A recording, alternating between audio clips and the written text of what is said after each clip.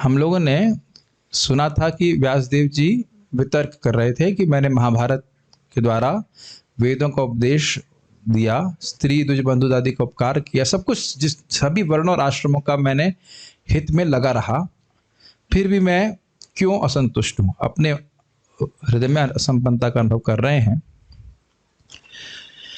अब वह उस वितर्क के ही क्रम में कुछ निर्णय में आ रहे हैं कि मैंने मुख्य रूप से या एकांतिक रूप से भगवान की भक्ति को स्थापित नहीं किया है, शायद इसी कारण से मैं संतुष्ट नहीं हूं। तो इसलिए उसी संबंध में वो बोल रहे हैं। आप मेरे पीछे, अरे ऑफिशियल चैंटर क्या हुआ, बीमार है कुछ? ठीक है, कौन बोल पाएगा अब? किम वा श्रीमद् भागवतम प्रथम स्कंद चौथा अध्याय 31वां श्लोक।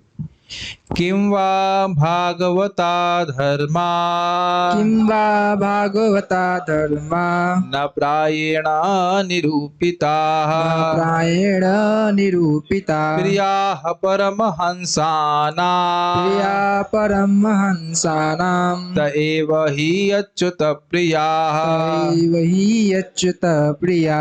किं वा भागवता धर्मा, किं वा भागवता धर्मा न प्रायेण निरूपिताः, न प्रायेण निरूपिता प्रियाः परमहंसानां, प्रिया परमहंसानां तैव हि अच्युत प्रिया।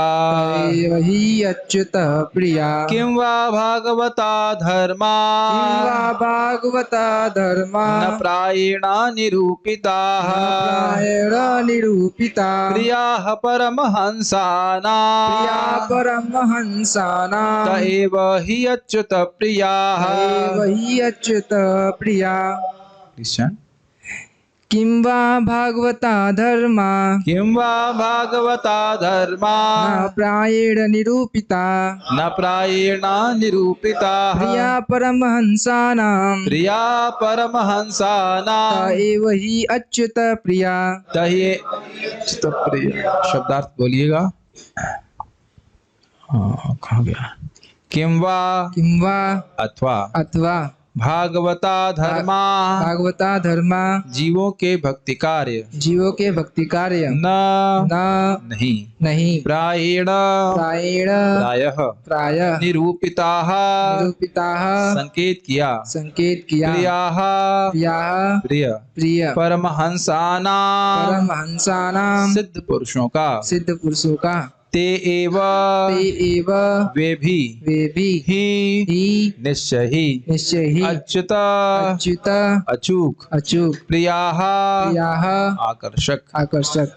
हो सकता है कि मैंने भगवान की भक्ति का विशेष रूप से कोई संकेत ना किया हो, जो सिद्ध जीवों तथा अच्युत भगवान दोनों को प्रिय है।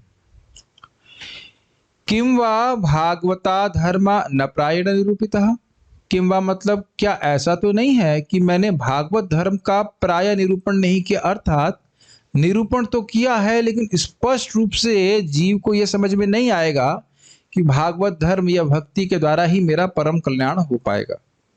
जिस प्रकार से अभी तक आप देखते आए हैं, प्रश्न किया एकदम स्पष्ट प्रश्न किया था, जैसे कहते हैं दो टूक बात, समझते हैं, क्लियर कट बात, कि ये बताइए कि शास्त्रों का वह सार क्या है जिसके द्वारा जीव संतुष्ट हो जाए। ये प्रश्न था ना, एकदम दो टूक उत्तर दिया गया कि अहेतु की अप्रतिहता ये नात्मा सुप्रसिद्धि, वही परधर्म सर्वश्रेष्ठ श्रेय का साधन है जिसके द्वारा भगवान अच्युत में अधोक्षज भगवान कृष्ण में अहेतु की भक्ति हो जाए।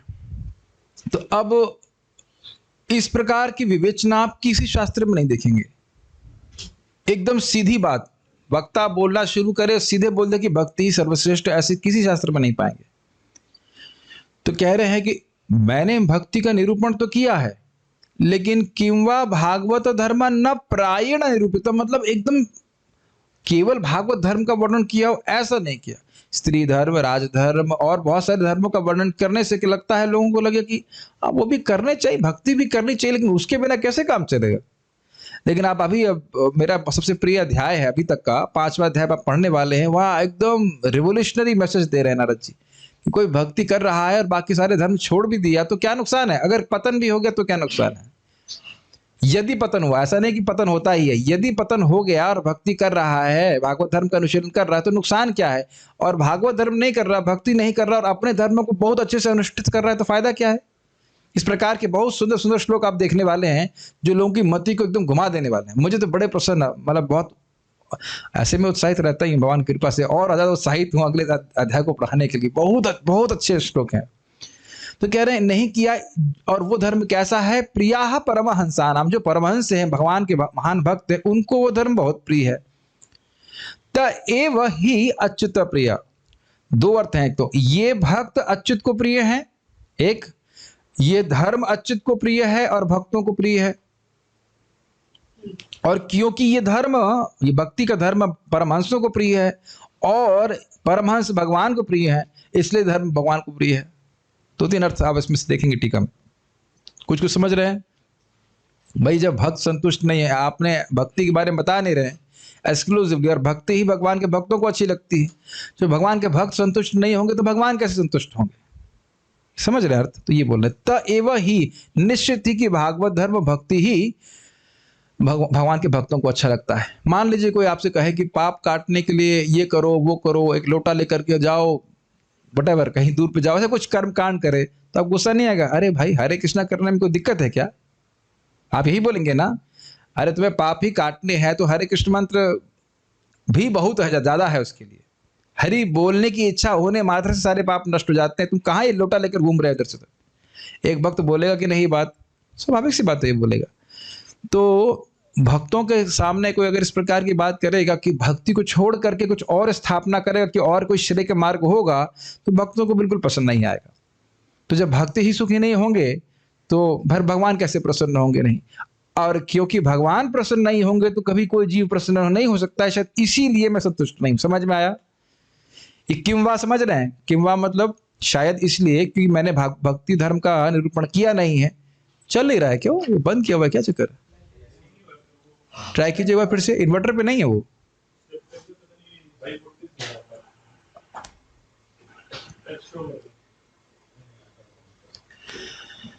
तो ठीक है फिर, नहीं तो एग्जॉस्ट चला दीजिए एटलीस्ट। तो चल रहा है तो खिड़की तो खोलिए। हाँ जी, थोड़ा सा नहीं तो हाँ सफोकेटिंग हो जाता है। क्या इस श्लोक का लिंक समझ रहे हैं आप?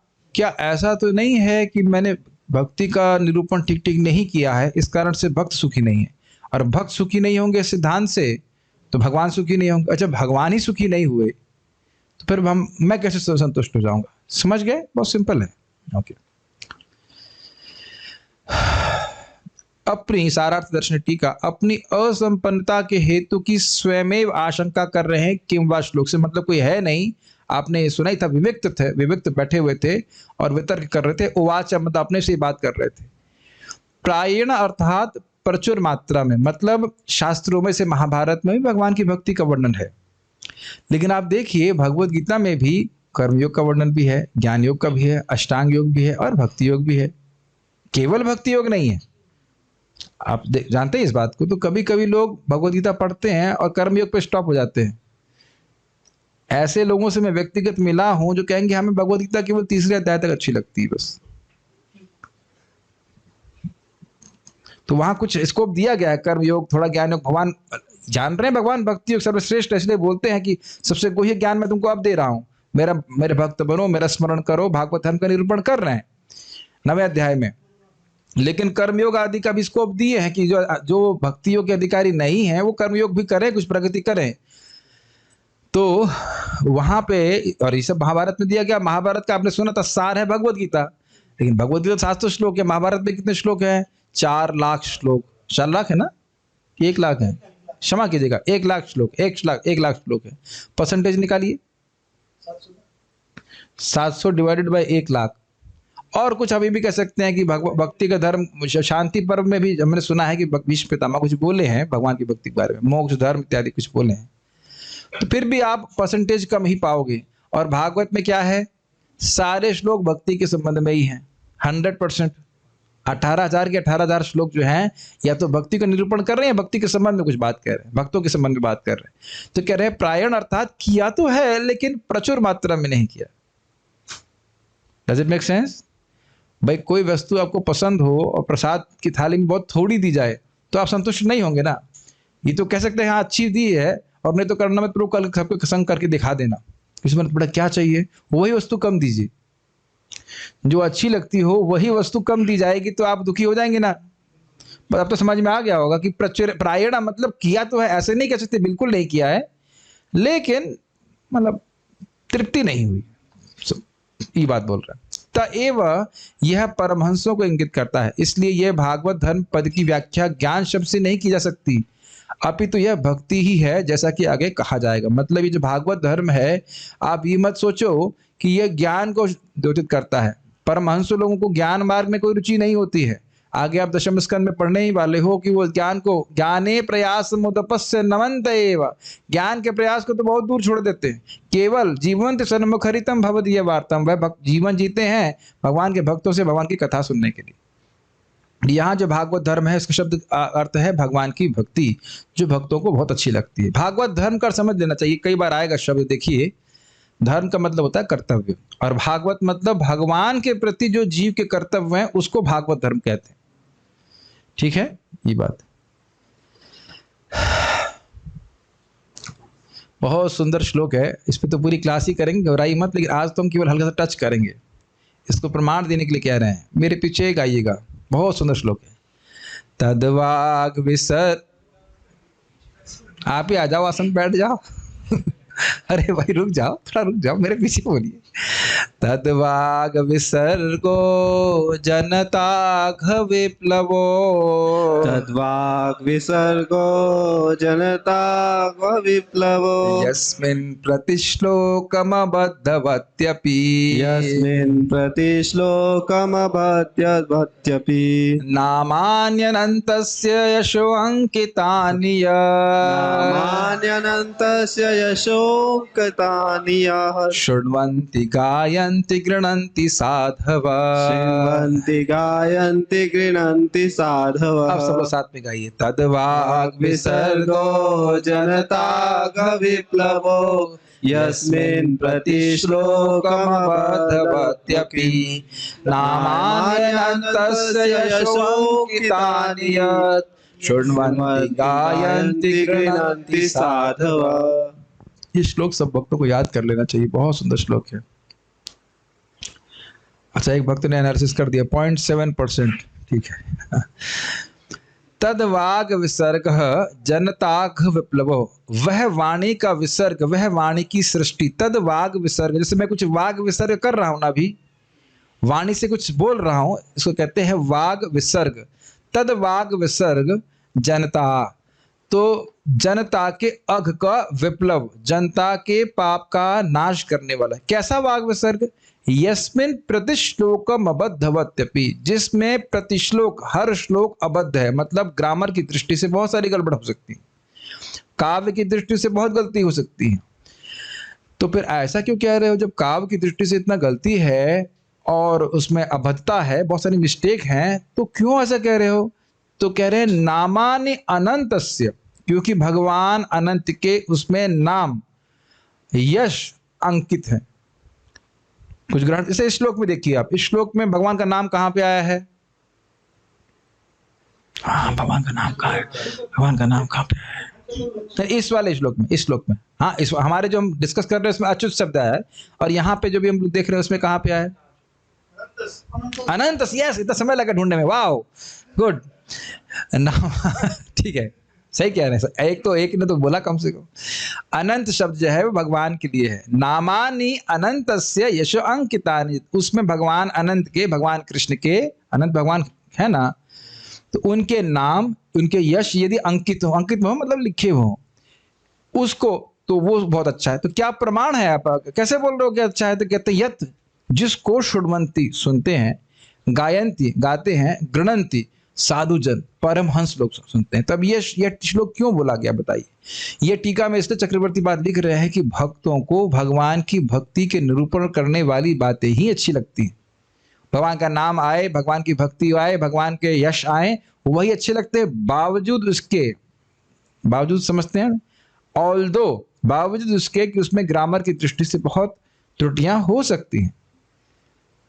तो इसलिए वो कह रहे हैं कि यद्यपि बहुत काव्यात्मक रूप से अच्छी तरह से कुछ लिखा जाए, लेकिन अगर उसमें भगवान का यश नहीं है तो भक्तों को बिल्कुल रुचि नहीं लगती है। आज हम अपने संग एक अद्भुत अनुभव कर रहे थे कि एक मीटिंग हुई हमारे यहाँ पे, मैनेजमेंट मीटिंग होती, कोविड कथा चल रही थी इसमें कृष्ण कथा नहीं चल रही थी। तो कोविड कथा सुनी तो हमें भी थोड़ा सा कुछ रुचि हो गई कि भाई कुछ पढ़े इसके बारे में लेकिन जब मैं पढ़ रहा था तो मुझको वही अनुभव हुआ जैसे मेरे पहले भागवतम पढ़ने का अनुभव होता था। समझ आया? जैसे पहले भागवत पढ़ते थे तो कुछ समझ में नहीं आता था और बोरिंग सा लगता था शुरुआत में, और स्किप करते थे हम लोग, आगे पढ़े तो थोड़ी देर पढ़ा का बोर है भला उसको, मैंने चलो अभी रेस्ट करते हैं, उसके बाद फिर आगे सब फ्रेश मन से उठेंगे तो जप करेंगे, भागवत पढ़ेंगे। और अभी जैसे भागवत पढ़ते हैं तो कितना अच्छा था, ये शब्द लिखा है, वो शब्द लिखा है, मैं कहा इसका मतलब कुछ तो मैं कौवे से हंस बन रहा हूँ, मतलब बिल्कुल मन ही नहीं कर रहा था ग्रहण करना, क्या है क्या वही बात वही बार वही बात, लेकिन वही बात अब भागवत के संबंध में तो नहीं बोलते, ये श्लोक मैं जानता नहीं हूँ, लेकिन जितनी बार वो श्लोक सामने आता है वो बहुत सुंदर लगता है। आप देख रहे हैं ना बात, उसमें हजारों ग्रामेटिकल गलतियां हों, लेकिन जो साधु जन है वह सुनते हैं। और उस पर चक्रवर्ती बाद आगे कहते हैं, कोई सुनाने वाला हो तो सुनते हैं श्रुण्वन्ति, और कोई सुनने वाला हो तो गाते हैं गायन्ति, और कोई सुनने वाला नहीं हो तो गणन्ति, खुद ही गाते रहते। हमारे देखो एक दादू जो सुबह सुबह बाथरूम में नमो क्या बोले स्टाइल से गाते हैं कुछ ना कुछ तो गाते ही है। आप लोग भी बाथरूम सिंगिंग में हरे कृष्ण तो गाते ही होंगे, कुछ ना कुछ तो गाते ही रहते हैं भक्त लोग। हाँ, सभी जगह गाते हैं भक्त लोग, हमने देखा है भक्त हमारे बड़े उत्साह में रहते हो, मंगल आरती जाते समय भी कुछ गाते रहते हैं ऐसे करके। भक्तों का स्वभाव ही होता है कृष्ण के गुणों को वह गाते रहते हैं। जैसे आपने देखा ना, माता यशोदा चर्निंग कर रही हैं और कृष्ण की कीर्ति को गा रही हैं। तो कहने का अर्थ ये है कि वही काव्य वही रचना भक्तों को पसंद आएगी जो भक्ति के संबंध में। ये समझ में आया बात, इसलिए इसको कोट कर रहे हैं आप। दूसरी ओर जो साहित्य, इसका अनुवाद है, असीम परमेश्वर के नाम यश रूपों तथा लीलाओं की दिव्य महिमा के वर्णन से पूर्ण है, वह कुछ भिन्न ही रचना है जो इस जगत की गुमराह सभ्यता के अपवित्र जीवन में क्रांति लाने वाला दिव्य शब्दों से ओतप्रोत है। ऐसा दिव्य साहित्य चाहे वह ठीक से न भी रचा हुआ हो, ऐसे पवित्र मनुष्यों द्वारा सुना, गाया तथा स्वीकार किया जाता है जो नितांत निष्कपट होते हैं। श्रीमद् भागवतम। तो ये समझ में आ गया। तय वही अच्युतः प्रिया ही परमहंसा नाम के ऊपर वो बोल रहे हैं, जो परमहंस भक्त हैं वे भगवत संबंधी भक्ति संबंधी बातों को ही स्वीकार करते हैं, और वो लोग संतुष्ट नहीं होंगे इस प्रकार के ग्रंथों की रचना के द्वारा। इस कारण से मैं असंतुष्ट हूँ। भगवान के भक्त संतुष्ट नहीं होंगे तो भगवान नहीं संतुष्ट होंगे, और भगवान संतुष्ट नहीं होंगे तो मैं संतुष्ट नहीं होऊंगा। ये बात समझ रहे हैं। साथ ही यह भी कहा गया है कि भवतानुदित प्रायम यशो भगवतो मलम ये न वसौ न तुष्येता मन्ने तद्दर्शनम खिलम। ये नारद जी की उक्ति है। कह रहे हैं भवता अनुदितम प्रायम, अनुदितम प्रायः आपके द्वारा नहीं कहा गया है। क्या नहीं कहा गया है? यशो भगवतो अमलम, भगवान का यश जो अमल है। प्रायः आपने नहीं कहा, मतलब बहुत थोड़ा कहा है, बहुत थोड़ा कहा है। ये ना वसौ न तुष्यता, जिससे ये भगवान संतुष्ट नहीं होते। मन्ने तद दर्शनम खिलम, तो वह दर्शन, वह फिलॉसफी, वह सिद्धांत वह पूर्ण नहीं माना जाता है। ठीक है, तो इस कारण से आपने दर्शन प्रस्तुत किया है तो आप सुखी नहीं हो, ये कारण है। जो व्यासदेव जी वितर्क कर रहे हैं वही नारद जी दोबारा कहेंगे कि इस कारण से आप संतुष्ट नहीं हैं। ये नहीं सोचना चाहिए कि व्यासदेव जी समर्थ नहीं थे, लेकिन फिर भी उस बात को वह अपने गुरु महाराज से श्रवण करके पुष्ट कर रहे हैं। क्या आप लोग के जीवन में कभी ऐसा हुआ है? हम लोग देखते हैं कि हमें लगता है कि हाँ ये हम परेशानी में है, इस कारण से हम परेशानी में हैं। फिर सीनियर भक्तों से पूछते हैं और कभी वो सोचता है वो वही बात पॉइंट आउट कर देनी, आप इस वजह से परेशानी में हो, तो फिर हमारी बात जो है वो कंफर्म हो जाती है, हाँ हम इस कारण से दिक्कत में है, हमको ऐसा दुखी है इस कारण से। वो आदमी फिर उसके अनुसार वह इलाज करता है। श्री नारद ने कहा, वास्तव में तुमने भगवान की अलौकिक तथा निर्मल महिमा का प्रसार नहीं किया। जो दर्शन या शास्त्र परमेश्वर की दिव्य इंद्रियों को तुष्ट नहीं कर पाता वह व्यर्थ समझा जाता है। श्रीमद् भागवतम 1.5.8। तो आप आपने देखा ही कि दो श्लोक क्यों कोट किए गए। पहले श्लोक को इसलिए कोट किया गया ये दिखाने के लिए कि जो भक्ति संबंधी शास्त्र नहीं है वो भक्तों को पसंद नहीं आता। ठीक। और दूसरे श्लोक को कोट किया गया ये दिखाने के लिए कि जो भक्ति संबंधी शास्त्र नहीं है वो अच्युत भगवान कृष्ण को संतुष्ट नहीं करता। Make sense? ओके। इस कारण से परमहंस पद से केवल भगवत भक्त ही समझना चाहिए, ना कि ज्ञानो नहीं होना चाहिए, ना कि ज्ञानी। ठीक है। श्रीमद् भाग हाँ, एक थोड़ा और समझ लेना चाहिए। हंस का गुण जानते ही होंगे आप। हंस जो है वो दूध में से दूध को निकाल लेता है, पानी छोड़ देता है। सो इस जगत की सार वस्तु है भगवान की भक्ति, भगवान का प्रेम। तो जो परम हंस है वो उस वस्तु को ग्रहण करते हैं, बाकी जो सब असार वस्तु उसको त्याग देते हैं। समझ रहे हैं? तो इसीलिए भक्तों को ही परमहंस कहा गया, क्योंकि भगवान की भक्ति को ग्रहण करते हैं और बाकी बातों सब छोड़ देते हैं। श्रीमद् भागवत को भक्तों से ही संबंधित समझना चाहिए, जिन्हें परमहंस कहा जाता है। स्पष्ट है। इसे कभी भी ज्ञानियों की संपत्ति नहीं समझना चाहिए। भक्त ही भगवान को समझ सकते हैं। भक्त्या तु भागवत ग्राह्य न तो मेधया न तो टीकया। भक्ति के द्वारा व्यक्ति भागवतम को ग्रहण कर पाएगा, समझ पाएगा। समझ पाने का अर्थ है कि वो कितनी मधुर है वो समझ पाएगा। समझ रहे हैं? जैसे कहें कि आप नाम को समझते हैं, तो आप कहेंगे हाँ हरे कृष्ण मंत्र समझते हैं, लेकिन समझने का अर्थ ये है कि नाम में कितनी स्वाद है वह समझना। अगर मैं कहूं कि रसगुल्ला समझते हैं क्या है, कितने लोग रसगुल्ला नहीं जानते हैं? सब जानते हैं। जानने का मतलब क्या है? उसका टेस्ट कैसा है। तो उसी प्रकार से कह रहे हैं कि जो ज्ञानी लोग हैं, जो भगवान की भक्ति से शून्य है, वे श्रीमद् भागवतम को नहीं समझ सकते। भगवान के भक्ति समझ सकते हैं। तो ये कह रहे हैं परमहंस मतलब यहाँ पे भगवान के भक्त। बाल प्रबोध नीति का बड़ा इंटरेस्टिंग है। कह रहे हैं जब मेरे चित्त का असंतोष रूपी कार्य है तो उसका कारण भी अवश्य होगा। ये बड़ा इंटरेस्टिंग पॉइंट है। कार्य के द्वारा कारण का अनुमान किया जाता है। कार्य मतलब इफेक्ट और कारण मतलब कॉज। भाई अगर मान लीजिए किसी को जुकाम हुआ है या सर दर्द हो रहा है, तो आप अनुभव करेंगे ना कि भाई मेरा सर दर्द हो रहा है तो कुछ कारण होगा।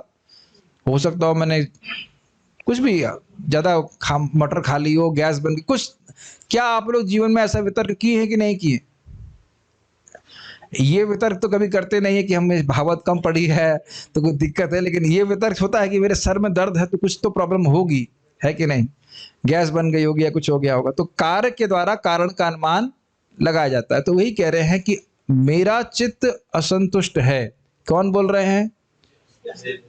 व्यासदेव जी बोल रहे हैं। तो कह रहे हैं मेरा चित्त असंतुष्ट है, मतलब कुछ तो कारण होगा। क्या कारण है? तो उसको इस श्लोक से बोल रहे हैं। अपने सूक्ष्मदर्शी होने के गुण के कारण जो कारण उनको स्फुरित हो रहा था उसकी उत्प्रेक्षा स्वयमेव करते हुए यह श्लोक कह रहे हैं। मुझे लग रहा है कि हिंदी बहुत कठिन हो गई। व्यासदेव जी सूक्ष्मदर्शी हैं, तो आप जान ही चुके हो। अमोघ दीर्घ शब्द आए थे उनके लिए। तो ऐसा नहीं है कि वो एकदम बुद्धू डिसाइपल हैं, उन्हें पता ही नहीं कि वो क्या हो रहा है जीवन में, क्या कठिनाई हो रही। वो अपनी कठिनाई को समझ रहे हैं। तो उनको कारण स्फुरित हो रहा है कि क्यों असंतुष्ट है, और उस पर उत्प्रेक्षा, उत्प्रेक्षा मतलब टीका, विचार, विमर्शन स्वयं करते हुए श्लोक कह रहे हैं। जिससे भक्तों के लिए प्रामाणिक साधन और उसके फल अर्थात भगवत संबंधी धर्म का मुख्य रूप से मेरे द्वारा निरूपण नहीं हुआ, क्या इसीलिए मैं असंतुष्ट हूं? देखिए ये भागवत धर्म को थोड़ा एक्सपैंड कर रहे हैं। एकदम स्पष्ट समझ में आ रहा है ना कि हरे कृष्ण मंत्र के द्वारा, भक्ति करने के द्वारा हमें भगवान की प्राप्ति हो जाएगी। कैसे समझ में आ रहा है? भागवत श्रवण करने से। एकदम क्लियर है ना? तो इस प्रकार का साधन अन्य शास्त्रों में ऐसा स्पष्ट वर्णन नहीं है।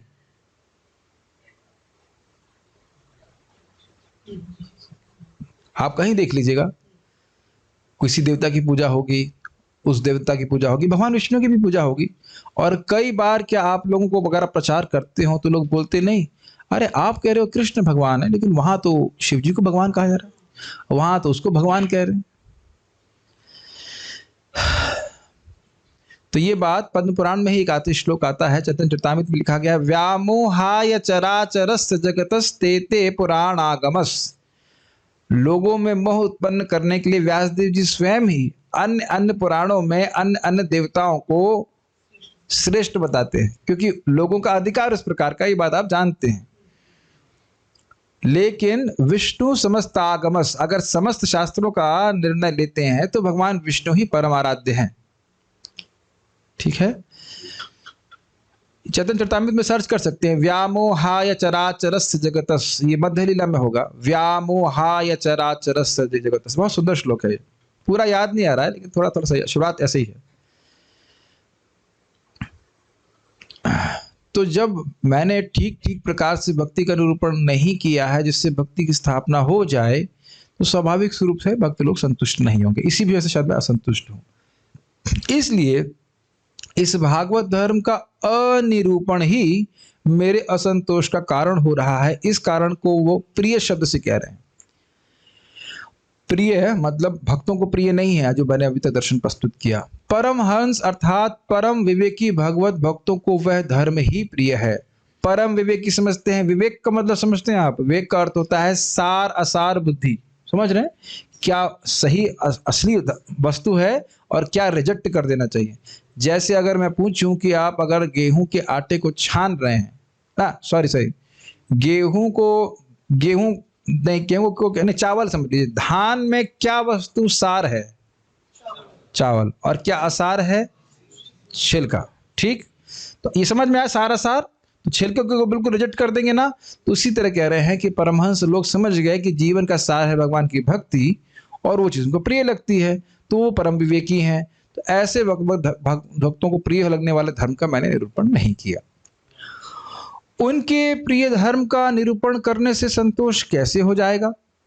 अगर यह अपेक्षा हो, अपेक्षा मतलब मान लो कोई ये प्रश्न करे कि भाई अगर आप ऐसा धर्म का निरूपण करते जिससे भक्त लोग संतुष्ट हो जाते, तो आपका इसमें क्या संतोष हो जाएगा? भक्त संतुष्ट हो या नहीं हो, उससे आपके संतोष का क्या लिंक है?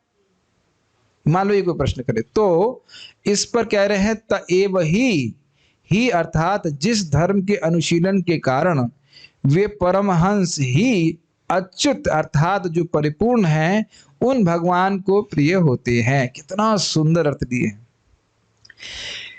ये भागवत धर्म परमहंसों को प्रिय है, एक अर्थ ये ले लीजिए, बहुत सारे अर्थ इसमें से निकल रहे हैं। दूसरा अर्थ क्या है कि निस भागवत धर्म के द्वारा ही निश्चित ही ये परमहंस भगवान अच्युत को प्रिय होते हैं, क्योंकि वह वह भक्ति का ही आश्रय लेते हैं। इस कारण से भक्तों को भक्त लोग भगवान को बहुत प्रिय होते हैं। क्या समझ रहे हैं इस बात को? जैसे आपने सुना था ना कि 6.2.9-10 कि जो व्यक्ति भगवान का नाम जाप करता है, भगवान उसके बारे में क्या सोचते हैं? ये व्यक्ति मेरा है। अन्य ज्ञानी वानी के बारे में नहीं सोचते, इतना क्या बिल्कुल नहीं सोचते, उतना उनको पसंद नहीं आता कि ज्ञान योग का अनुशीलन कर रहा है, ये सब कुछ कर रहा है। लेकिन जो भगवान की भक्ति कर रहा है, वो भक्ति की शुरुआत से ही भगवान को बहुत प्रिय है। 12-20 पढ़ सकते हैं भगवत गीता। क्या श्लोक था वो? धर्म, जो देखिए 12-20, बहुत सुंदर श्लोक है कि जिस प्रकार से मैंने धर्म का निरूपण किया है, जो व्यक्ति इसको अनुशीलन करता है वह भी मुझको बहुत प्रिय है। क्या श्लोक? ये तो धर्मामृतमिदम यथोक्तम पर्युपासते श्रद्धाना मत परमा भक्तस्ते तीव में प्रिया। जो मुझे अपने जीवन का परम लक्ष्य लेकर के इस भक्ति रूपी धर्म का आश्रय लेता है, ये व्यक्ति मुझे बहुत प्रिय, चाहे वो शुरुआत का भक्त भी क्यों ना हो। तो आप समझ पाए ही का अर्थ, निश्चित ही भगवान के भक्त भी भगवान को बहुत प्रिय हो जाते हैं इस भागवत धर्म के द्वारा। सोचिए कितनी शक्तिशाली बात। आपने सुना था ना, 1.1.2 लास्ट लाइन क्या है वो? तत्क्षणात्। तत् मतलब भगवान और क्षण मतलब उत्सव। जब श्रीमद् भागवतम का डिस्कशन होता है भक्तों के बीच में, तो वो भगवान के लिए उत्सव होता है। भगवान कितना खुश होते हैं हमसे। श्रीमद् भागवतम हम लोग जब डिस्कशन करते हैं भक्ति की दृष्टि से, उसकी हम कल्पना नहीं कर सकते। आपने सुना था ना, गृणतश्च सुचिष्टितम कालेना नाति दीर्घेना भगवान विशते हृदय। तो इस प्रकार से आप समझ सकते हैं कि श्रीमद् भागवत जैसा ग्रंथ जो लिखे, उससे भगवान बहुत प्रिय हो, और भागवत का आश्रय लेकर के वो भक्त भी भगवान को प्रिय होगा। ये सब अर्थ समझ पा रहे होंगे। और सबके अंतर्यामी भगवान में प्रीति के द्वारा ही वस्तुतः मन को संतोष प्राप्त होता है। वह भगवान अपने भक्तों की प्रीति में स्वयं प्रीति रखते हैं। कुछ ग्रहण कर पा रहे हैं? बहुत इजी टीका है बड़ी रुचिपूर्ण। उनकी प्रीति के लिए भागवत धर्म के निरूपण के द्वारा ही मुझे संतोष होगा, अन्यथा नहीं। यह भाव है। क्लियर, समझ में आया? भागवत धर्म भक्तों को प्रिय, एक पॉइंट।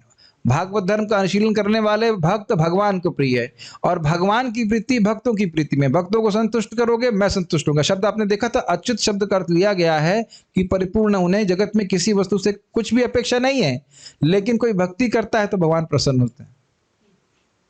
ध्यान देना होगा इस बात को। अच्युत का यहाँ अर्थ लिया जा रहा है कि परिपूर्ण, कुछ नहीं चाहिए, लेकिन कोई भक्ति करता है तो उसे खुश हो जाते हैं। कोई जल देता है, कोई फल देता है, भगवान प्रसन्न होते हैं। कोई जप करता है भगवान का, उसे प्रसन्न हो जाते हैं। आज ही महाराज से मैं श्रवण कर रहा था कि भगवान जिसको अपना मानते हैं उसको श्रीमद् भागवतम का श्रवण करने का मौका देते हैं। गोपी गीत में आप सुन लीजिए, बहुत सुंदर बात थी। ये बहुत गुह्य ग्रंथ है। दुनिया में सभी लोग भागवत पढ़ रहे हैं ना, क्या क्या पढ़ रहे हैं। शास्त्र भी पढ़ने तो चलेगा, लेकिन क्या क्या पढ़ रहे हैं, लेकिन श्रीमद् भागवतम को श्रवण करने का मौका नहीं है। तो जिसको अपना मानते हैं, मुझे बहुत अच्छा लगा, जिसको अपना मानते हैं उसको श्रीमद् भागवतम श्रवण करने का मौका, पढ़ने का मौका, ये थोड़ी मति देते हैं कि भागवत को पढ़े समझे। तो ये स्पष्ट समझ में आ रहा है कि जिससे भगवान की प्रीति होती है वो भक्त, तो भक्त ही सुखी नहीं हुए तो भगवान की प्रीति नहीं हुई। जब भगवान ही सुखी नहीं हुए तो फिर आदमी कैसे सुखी होगा, जरा बताइए। ये बात है। अब मान लो कि कहने महाभारत में आपने धर्म का निरूपण किया तो है भक्ति के बारे में, तो कह रहे हैं महाभारत में अनुशासनिक पर्व में ही मैंने भागवत धर्म का निरूपण किया है, इसको प्रायण शब्द से ग्रहण करना होगा। इसी की व्याख्या मैं कर रहा था कि थोड़ा सा किया, मतलब जितना उस पर वजन देना चाहिए था उतना नहीं किया तो संतुष्ट नहीं। उसका उदाहरण मैंने दे दिया कि अच्छी वस्तु दी है लेकिन थोड़ी दी है, तो फिर उससे भी व्यक्ति को तृप्ति नहीं होती। तात्पर्य, श्रील व्यासदेव जिस असंतोष का अनुभव कर रहे थे वह यहाँ पर उन्हीं के शब्दों में व्यक्त हुआ है। यह असंतोष भगवान की भक्ति में जीव की सामान्य दशा में अनुभव किया गया था। मतलब जब तक कोई सेवा की सामान्य दशा में स्थित नहीं होता तब तक न तो भगवान और न ही जीव पूरी तरह संतुष्ट हो सकते हैं। ये बड़ी विशेष बात है। जब तक व्यक्ति भगवान की निस्वार्थ निष्काम भक्ति नहीं करता, भगवान को उसकी सेवा से संतुष्टि भी प्राप्त नहीं होती। भगवान, बहुत ध्यानपूर्वक सुनिएगा, भक्ति कैसे भी की जा सकती है, सकाम निष्काम कैसे, लेकिन जब तक निष्काम भावना से करता नहीं, भगवान को संतुष्टि प्राप्त नहीं होती। Krishna is pleased by pure devotional service. भगवान शुद्ध भक्ति के द्वारा संतुष्ट होते हैं। समझ रहे हैं ना मेरी बात? तो यही बात बोल रहे हैं कि भक्ति के द्वारा भगवान संतुष्ट होते हैं, तो भगवान संतुष्ट नहीं होंगे अगर जीव अपनी निष्काम भक्ति में स्थित नहीं होता। उन्हें इस दोष का अनुभव तब हुआ जब उनके गुरु नारद मुनि उनके पास आए। इसका वर्णन इस प्रकार हुआ है। अब आगे हम देखते हैं। 2 श्लोक और हैं। अच्छा लगा सुन के? ठीक है ठीक है, ज्यादा श्लोक नहीं है, लेकिन उसके बाद भी बहुत श्लोक हैं कल से। तस्यैवं खिलमात्मानं तस्यैवं खिलमात्मानं मन्यमानस्य खिद्यतः मन्यमानस्य खिद्यतः कृष्णस्य नारदोऽभ्यागात् कृष्णस्य नारदोऽभ्यागात् आश्रमं प्रागुदाहृतम्। आश्रमं प्रागुदाहृतम्।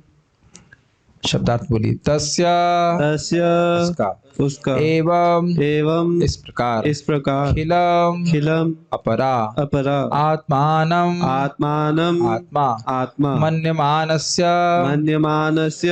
मन के भीतर सोचते हुए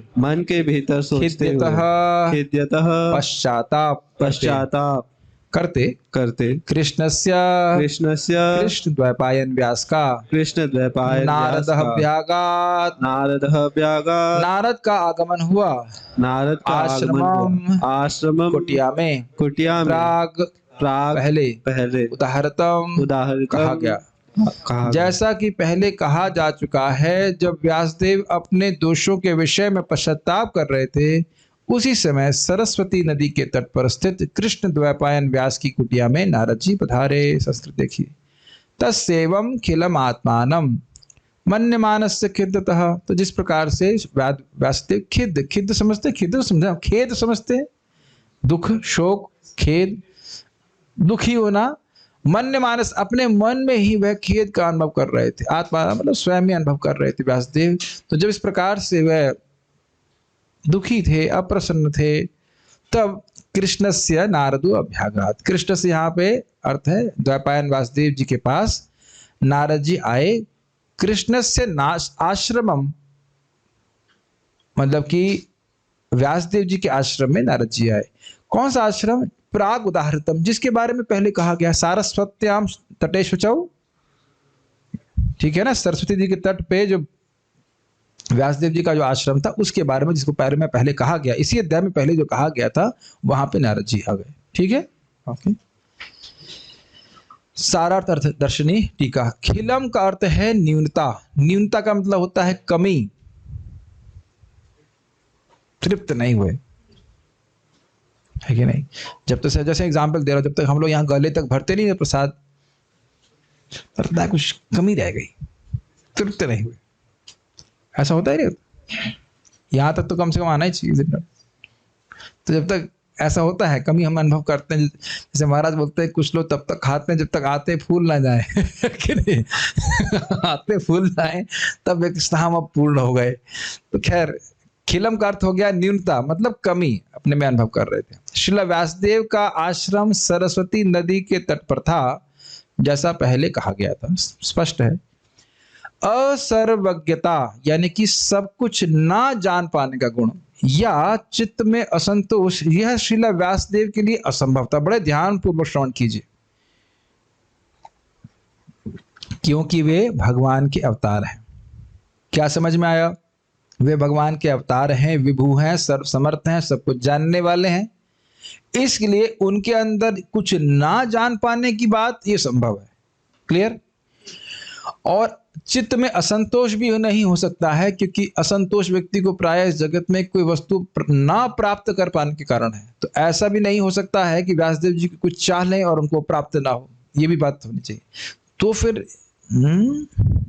तो फिर वे अपने असंतुष्ट को क्यों, अपने आपने को असंतुष्ट क्यों मान रहे थे, और उसके कारण को ठीक ठीक क्यों नहीं समझ पा रहे थे? अगर मान लो ये प्रश्न उत्तर, देखिए क्या कहते हैं। इसलिए यह समझना होगा कि यह स्थिति स्वयं भगवान कृष्ण के द्वारा बलात् उत्पन्न की गई थी। बलात् मतलब जबरदस्ती, बलपूर्वक उत्पन्न की गई थी, ताकि श्रीमद् भागवतम का प्रादुर्भाव हो सके, जो स्वयं भगवान के सदृश है और सर्वशास्त्र शिरोमणि है। बहुत सुंदर बात, समझ रहे हैं? ये एकदम भगवान का आयोजन है। क्योंकि एक बार अभी प्रश्न बीच में आया था कि परीक्षित महाराज से राज्य ही क्यों नहीं करवाते रहे। ये भगवान ने विशेष रूप से योजना बनाई ताकि उनके माध्यम से भागवत प्रकट हो। जैसे कि देवकी और वसुदेव के द्वारा भगवान कृष्ण प्रकट होते हैं, भगवान नरसिंह खंबे से प्रकट हो जाते हैं, है ना। और भगवान वराह कहाँ से प्रकट होते? एक बार छींक दिए थे, क्या नाम से, जब ब्रह्मा जी को कोरोना हो गया था ऐसे कह लीजिए, छींक दिए तो भगवान करुणा करने के लिए प्रकट हो गया, ऐसा कह सकते हैं। जो कुछ भी कहिए, तो भगवान अपनी स्वेच्छा से प्रकट होते हैं, किसी भक्त को माध्यम बनाते हैं, समझ रहे हैं। तो यहाँ देख रहे हैं कि व्यासदेव जी को माध्यम बना करके, ये दिखा करके नारद जी की प्रेरणा से श्रीमद् भागवतम को प्रकट कराया। तो ये बात है। अन्यथा व्यासदेव जी में असंतुष्टि का होना या उनको कुछ ना जान पाना, यह संभव नहीं था। अब इसको जरा एक और एग्जाम्पल से समझा रहे हैं। देखिए, इस प्रकार ब्रह्म विमोहन लीला में अपने लीला के सौंदर्य के लिए बलराम जी की असर्वज्ञता भगवान कृष्ण के द्वारा कल्पित हुई थी। अब जो लोग नहीं जानते हैं उनको मैं बता रहा हूं कि जब ब्रह्मा जी विमोहित हुए थे, भगवान के बछड़ों और ग्वालों को चुरा लिए थे, उस दिन बलराम जी गए नहीं थे। क्यों नहीं गए थे? क्योंकि उस दिन बलराम पूर्णिमा थी, बलराम जी का बर्थडे था। बलराम जी बलराम पूर्णिमा मना रहे थे, अगर ऐसा कहा जाए तो अपने आविर्भाव दिवस को मना रहे थे। उनकी मम्मी ने जाने नहीं दिया। मम्मी का नाम बताओ। इतना समय लगा सोचने में। अरे सुबह उठाएं अगर मंगल आरती के लिए, तब भी पूछो बलराम की मम्मी का नाम बताओ, तो रोहिणी बता देना चाहिए तुरंत। ठीक है। तो वैसे बलराम की मम्मी देवकी भी है ये भी है, दो मम्मी है। ठीक है, अभी बात हम कर रहे थे, कहाँ चले गए। हाँ, तो बलराम जी जो उस दिन गए नहीं, और आप जानते हो कि उसके बाद भगवान ने अपने आप को बछड़ों और ग्वाल बालों के रूप में विस्तार कर लिया, और यहाँ तक कि छड़ी के रूप में विस्तार कर लिया। बड़े सुंदर लीला है वो। अगर भगवान ने हमको बचा लिया तब तो हम वहां तक जरूर पहुंच के चर्चा करने वाले हैं। बहुत सुंदर लीला है वो। तो 1 साल तक बलराम जी भी नहीं समझ पाए कि ये सब कृष्ण है, ये ग्वाल बाल, ये बछड़े, ये छड़ी, सब कुछ। 1 साल के बाद बलराम जी कहे ये क्या हो रहा है। और उसके पीछे आप जानते हैं वो लीला है कि जब वो बछड़े जो है अपने बछड़े नीचे थे गोवर्धन के नीचे और गैया ऊपर थी, तो गैयाओं ने उन बछड़ों को देखा, जबकि ये बछड़े 1 साल बड़े हो चुके थे, उनके नए बछड़े पैदा हो चुके थे, तो नए बछड़े के प्रति गाय की ज्यादा प्रेम होता है, नए बछड़े कृष्ण नहीं थे, ध्यान देना होगा। और अपने बड़े बछड़ों को जब घास खाते थे उनके प्रति गाय इतना आकर्षित हो गई कि दौड़ते हुए आई, एज इफ कि उनके 2 ही टांग हो, मतलब ऐसे दौड़ रही थी बहुत जल्दी जल्दी ऐसे करके, और जो ग्वाल बाल थे वो रुक नहीं पाए। तो फिर वो भी गुस्सा हो गए, लेकिन जब वो नीचे आए तो ग्वालों ने अपने ग्वाल बाल बच्चों को देखा, जो कि क्या कौन है, कृष्ण है। उनको देखा तो वो सारा गुस्सा भूल के उनका सिर सूंघने लगे और वो रोने लगे। तब बलराम जी को समझ ये क्या हो रहा है। फिर वह अपनी सर्वज्ञता को मतलब विचार करने लगी थी है कौन। तब अपने ज्ञान की दृष्टि समझने लगे कि भाई है क्या किसी असुर की माया है जो मुझे मोहित कर रही है। कहते असुर की माया तो मुझे मोहित नहीं करती। फिर वही वितर्क करने लगे कि हो क्या रहा है, तो समझे नहीं ये मेरे स्वामी भगवान कृष्ण की ही माया है। तब थोड़ा वो अपना ज्ञान दृष्टि लगाए तो दिखा रही तो सभी सिर कृष्ण है। तो फिर कृष्ण पूछते ये क्या चक्कर चल रहा है, ये क्या हो रहा है, आप ही सारे ग्वाल बाल बन के क्यों बैठे हो। तो भगवान कृष्ण फिर आगे बताते हैं। तो ये समझ लेना चाहिए कि लीला का सौंदर्य क्या था कि हर गाय चाहती थी कि कृष्ण मेरा बछड़ा बनते या मेरा बच्चा बनते, और हर गोपी चाहती थी कि कृष्ण भी मेरे बच्चे बनते। तो इस लीला के सौंदर्य को कृष्ण ने प्रकट कराया, समझ रहे। तो इसके लिए बलराम जी की सर्वज्ञता क्या कह सकते हैं, मतलब भगवान ने इसको छुपा दिया, ढक दिया, ऐसे कह सकते हैं। श्रीमद् भागवतम उसी प्रकार से शिला व्यासदेव जी को भी यहाँ पे हुआ। श्रीमद् भागवतम शिला नारद जी के उपदेश से प्रादुर्भूत हुई थी। फिर भी यह समझना होगा कि सर्व पुरुषार्थ मुख्य मोक्ष भी भक्ति के द्वारा ही लभ्य है, न कि किसी अन्य साधन से। यथा मतलब यहाँ बोल रहे हैं कि भक्ति के द्वारा व्यक्ति जो कुछ चाहता है वह प्राप्त हो जाता है। वह श्रीमद् भागवतम के इस श्लोक से प्रमाणित कर रहे हैं। इसको किस कंटेक्स्ट में बोल रहे हैं कि जो कुछ भी धर्म आदि का वर्णन अन्य शास्त्रों में किया गया, अगर व्यक्ति वो भी चाहता है तो वह भी भागवत पढ़ने से प्राप्त हो जाएगा, ये कहने की बात है। इसलिए वो बोल रहे हैं यहाँ पे यत् कर्म भीर यत् तपसा ज्ञान वैरागतश्च यत् योगेन दान धर्मेण श्रेयो भीर तेरैरपीर सर्वं मद भक्ति योगेन मद भक्तो लभते अंजसा स्वर्गापवर्ग मद्धाम कथंचित यदि वांछति। बहुत सुंदर श्लोक है। यत् कर्म भीर कर्म कांड करने से, क्या तपस्या कोई तपस्या करने से, ज्ञान वैराग्य तश्च यत् ज्ञान और वैराग्य द्वारा जो कुछ भी प्राप्त होता है, योगेन दान धर्मेण अष्टांग योग से, दान धर्म इत्यादि से, श्रेयोभीर इतरैरपि, इतर मतलब अन्य और कोई भी श्रेय प्राप्ति के साधन करने से जो कुछ भी प्राप्त होता है, सर्वम मद भक्ति योगेन वह सब कुछ मेरी भक्ति योग के द्वारा, मद भक्तो लभते अंजसा मेरे भक्त को बड़ी आसानी से प्राप्त हो जाता है। स्वर्गापवर्ग मद धामा यदि वह स्वर्ग चाहता है, यदि वह मुक्ति चाहता है या मेरे धाम को चाहता है, यदि कथंचित यदि वांछति, यदि वांछति मतलब चाहते नहीं है, वो तो यही चाहते हैं कि भगवान में प्रीति हो जाए, लेकिन यदि वह चाहते हैं तो वह भी भक्ति के द्वारा प्राप्त हो जाता है। तो इससे भक्ति या भागवत धर्म की श्रेष्ठता ही सूचित होती है। तो फिर अन्य धर्म करने की क्या आवश्यकता है। तो जब इस प्रकार का श्लोक सुनेगा तो आप क्या करने वाले बताओ। एक मिनट, आपने बहुत सारी चीज सुनी ना, तो आप लोग कर्मकांड के बारे में रुचि रख रहे हैं श्लोक सुन करके, तपस्या ज्ञान वैराग्य योग दान नहीं ना। यहां तक कि आप ये भी देख रहे हो भगवान के शब्द से कथंचित यदि वांछति, मतलब भगवान यही कह रहे हैं कि भगवान के भक्त तो भगवान के धाम भी नहीं जाना चाहते अपनी दुखों की निवृत्ति के लिए, लेकिन सेवा मिलती है तो जाते हैं। हे भगवान, my dear devotees are unable to understand anything or not.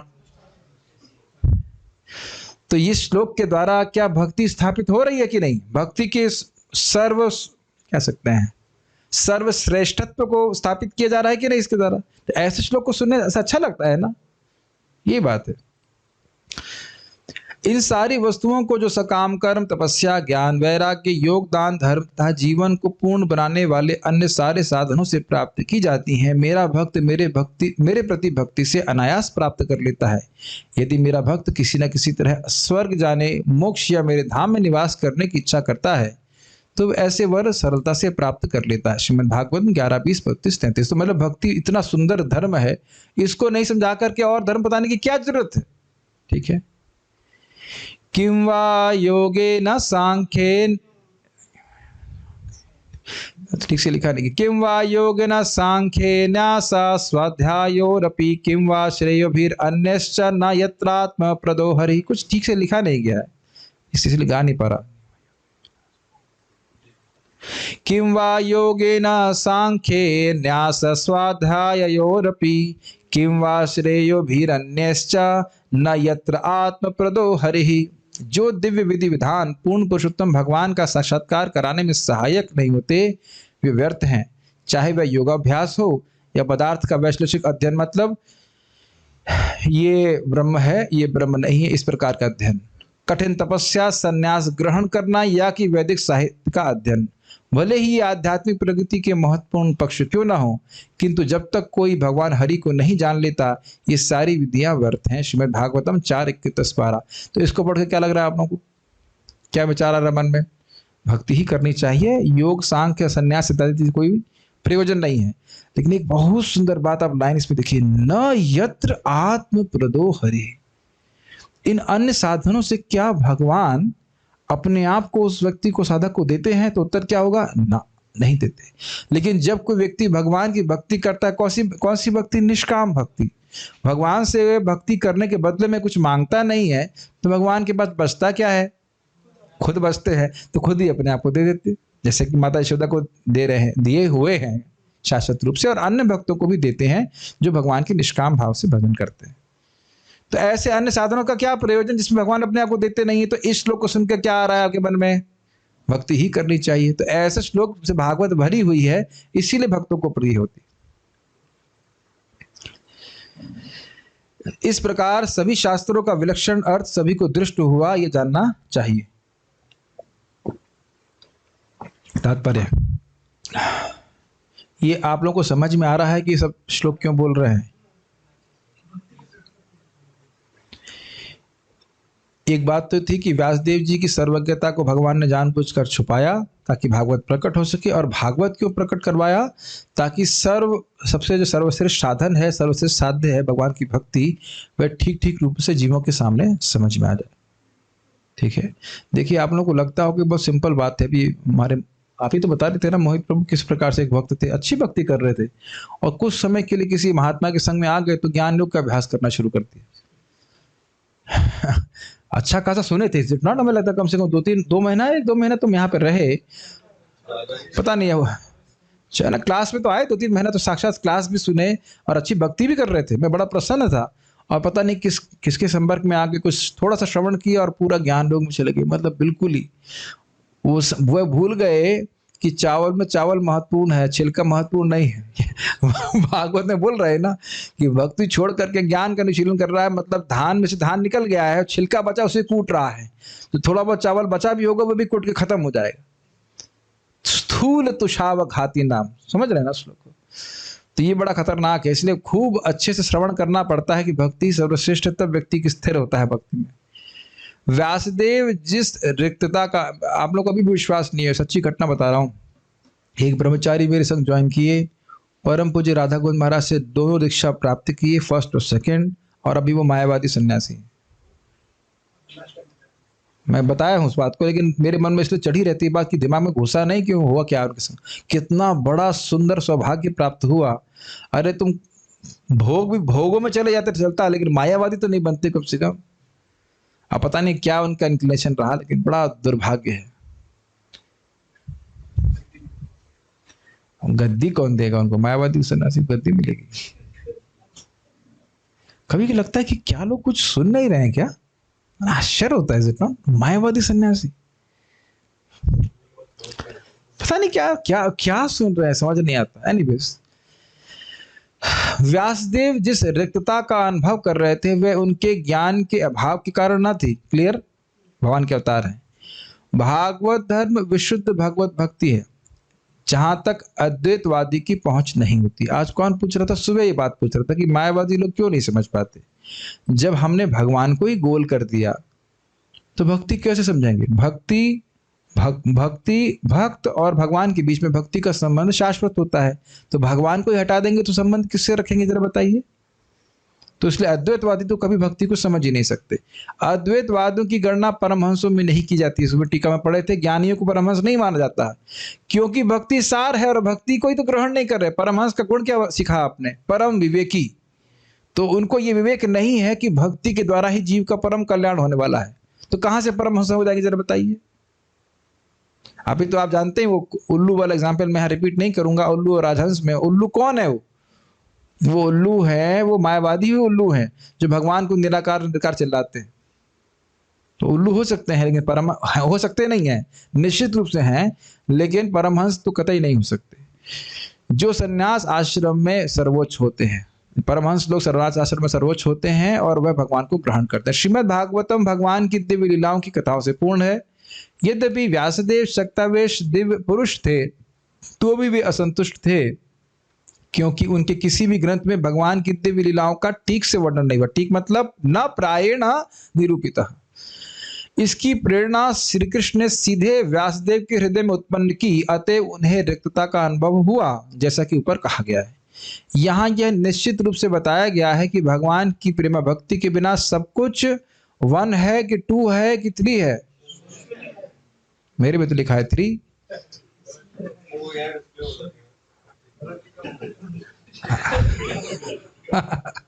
सब कुछ शून्य है, ये बहुत अच्छी बात है। कई बार हमारे जीवन में, अच्छा बोले 3 0 दिखा रहे हैं, ठीक है। हम लोग हमेशा सोचते हैं ना कि ये हो जाता तो बड़ा अच्छा होता, ये मिल जाती तो बहुत अच्छा होता, वो मिल जाता तो बहुत अच्छा होता, ये वस्तु प्राप्त हो जाती तो बहुत अच्छा होता। लेकिन आप देखेंगे कि वह वस्तु प्राप्त होने के बाद हम अनमने हो जाते हैं उसके प्रति। समझ रहे हैं? आपने देखा है? अनमने समझते हैं, अनमनस्क हो जाते हैं। मतलब हाय काश ये फोन मिल जाता, फिर ध्यान भी नहीं रहता कि फोन कहाँ है।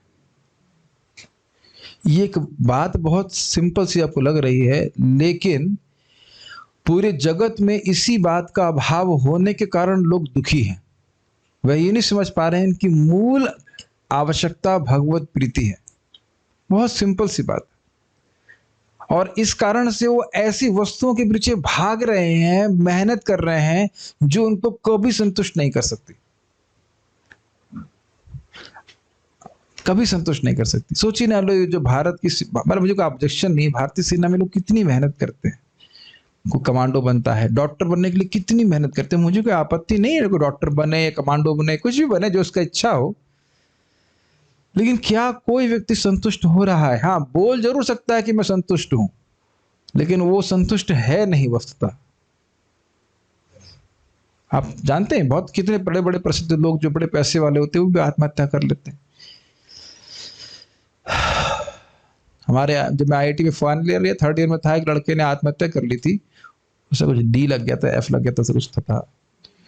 तो प्रोफेसर मलिक, मैंने सुना उनकी वक्तव्य आया था, मतलब अन्य स्टूडेंट ने सुना, पता नहीं कितना सच है, लेकिन बोले कि वो बड़े प्रसिद्ध प्रोफेसर थे। कहे कि मैं जानता हूं कि 40 साल में जो भी मैंने रिसर्च करी है वो किसका कोई उपयोग नहीं है। ये मूर्ख ने फालतू में आत्महत्या कर ली केवल छोटी सी बात को लेकर।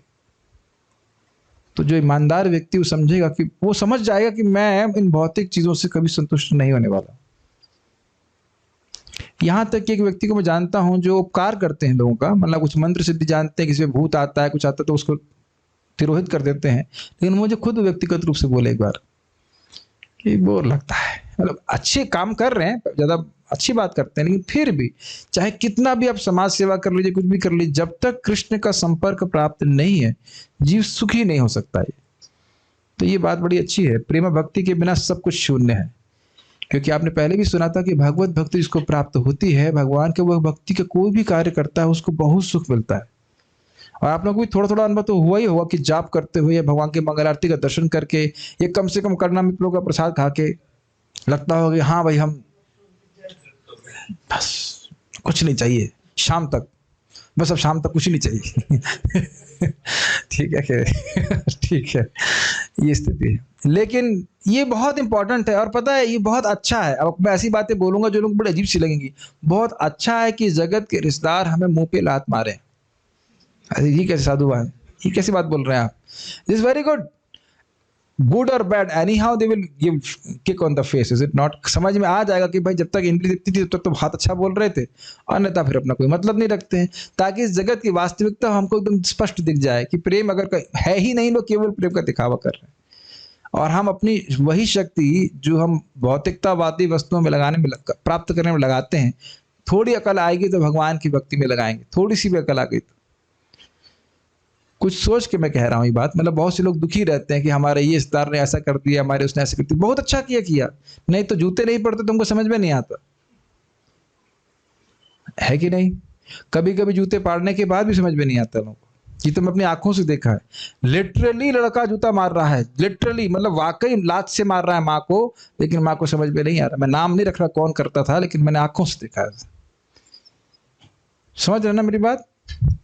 यहाँ तक महाराज कहते हैं कि जब कोई व्यक्ति बुढ़ा है, वो मरने वाला था, तो पिता कहता है राम जी इनकी अब सुन लेते, बहुत दुख पा रहे हैं। तो दुख उनको तो नहीं हो रहा है, तुमको दुख हो रहा है कि तुमको सेवा करनी पड़ रही है। खुद ही बेटा बोलता है कि नहीं बोलता, राम जी अच्छा होता है सुन लेते इनकी, उठा लेते इनको, इस प्रकार से होता है। हाँ, ये स्थिति है। लेकिन भगवान की भक्ति में, सेवा में सकाम कर्म या शुष्क चिंतन का अलग से प्रयास किए बिना ही सब कुछ संभव है। ये बात बड़ी सुंदर है। भगवान की भक्ति कर नहीं रहा है तो जो सब कुछ कर रहा है वो क्या है? जीरो, शून्य। और अगर भगवान की भक्ति कर रहा है तो और कोई साधन करने की जरूरत नहीं। टीका में पढ़ा था ना आपने अभी, जो कुछ भी कर्म अन्य किसी कर्म के द्वारा प्राप्त होगा वह भगवान की भक्ति के द्वारा अंजसा बड़ी आसानी से प्राप्त हो जाएगा। तो बताइए, जब ऐसे शब्द सुनेंगे, ऐसे वाक्य सुनेंगे, तो आप कौन सा साधन करने वाले हैं? एक मिनट, मल्टीपल चॉइस देने दो। कर्म योग, ज्ञान योग, अष्टांग योग या भक्ति योग?